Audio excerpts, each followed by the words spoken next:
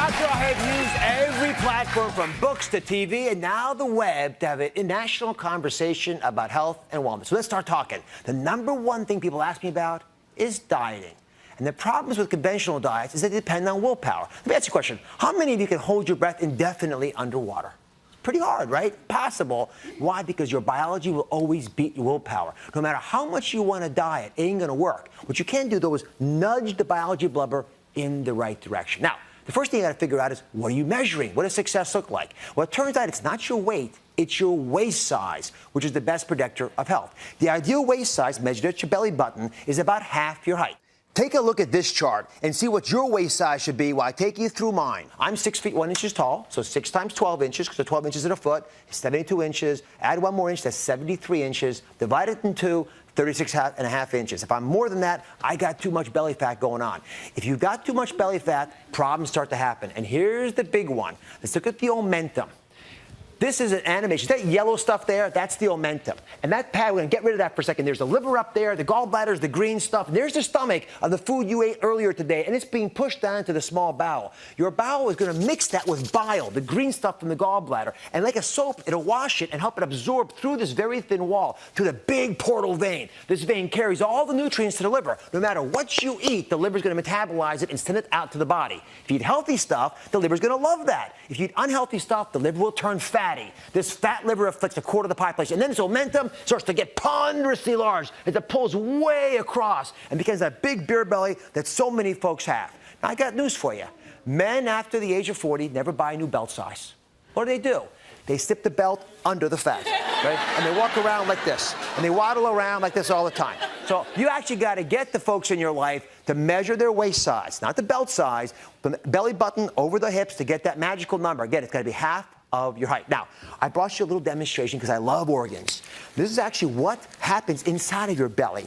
The reason your belly gets big is not because you got a little fat beneath the skin. You get big fat under the muscle, way inside where those organs are that I showed you. Normally, omentum looks like this. See, it's very thin, very dainty. It's like pantyhose, very elegant, right? You can see through it almost. I can see you, right? Now, what happens is, instead of having that nice dainty omentum, you end up with this. Now, compare this to this.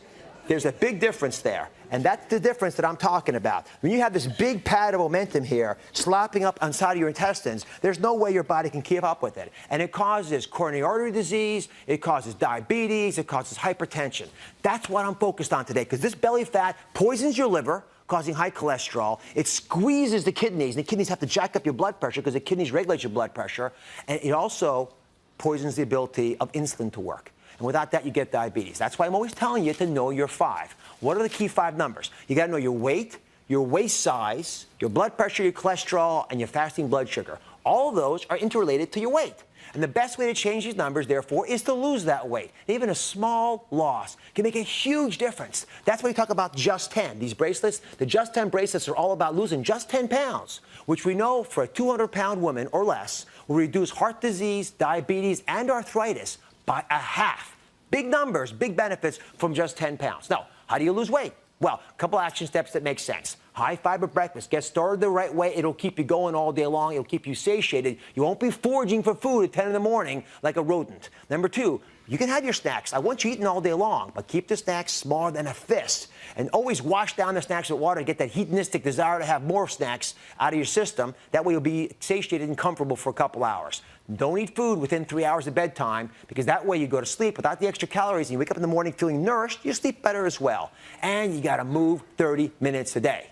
If you do those things, then I want you to track your weight weekly and your waist size monthly. Use it to smack you back if you're going out of order, and make sure you're sharing this information with the people you love. Now, at the end of the day, let me tell you something. We all make mistakes. All I want you to be able to do is make a U-turn. You know, when you're driving along, you make a mistake on the road, what does the GPS tell you?